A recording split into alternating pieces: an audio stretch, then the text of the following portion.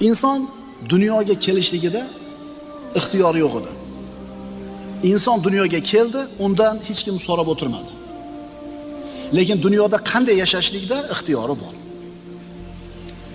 Astagfirullah. Man kana yuridu al-ajilata ajjalna lahu fiha ma nashau liman nurid.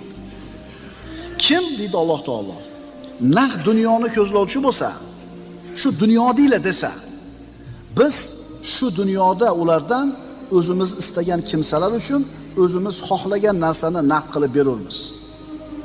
Bir odam faqat dunyo deyapti. Alloh taolo unga beraman, o'zim xohlaganimcha deyapti. Albatta bunda katta hikmat bor, rahmat, ilm bor. Qarang oyatda. Kim faqat shu dunyoni ko'zlaydigan bo'lsa, ularga bu dunyodan o'zimiz xohlaganchani beramiz deydi. Agar insonga mana shu dunyoni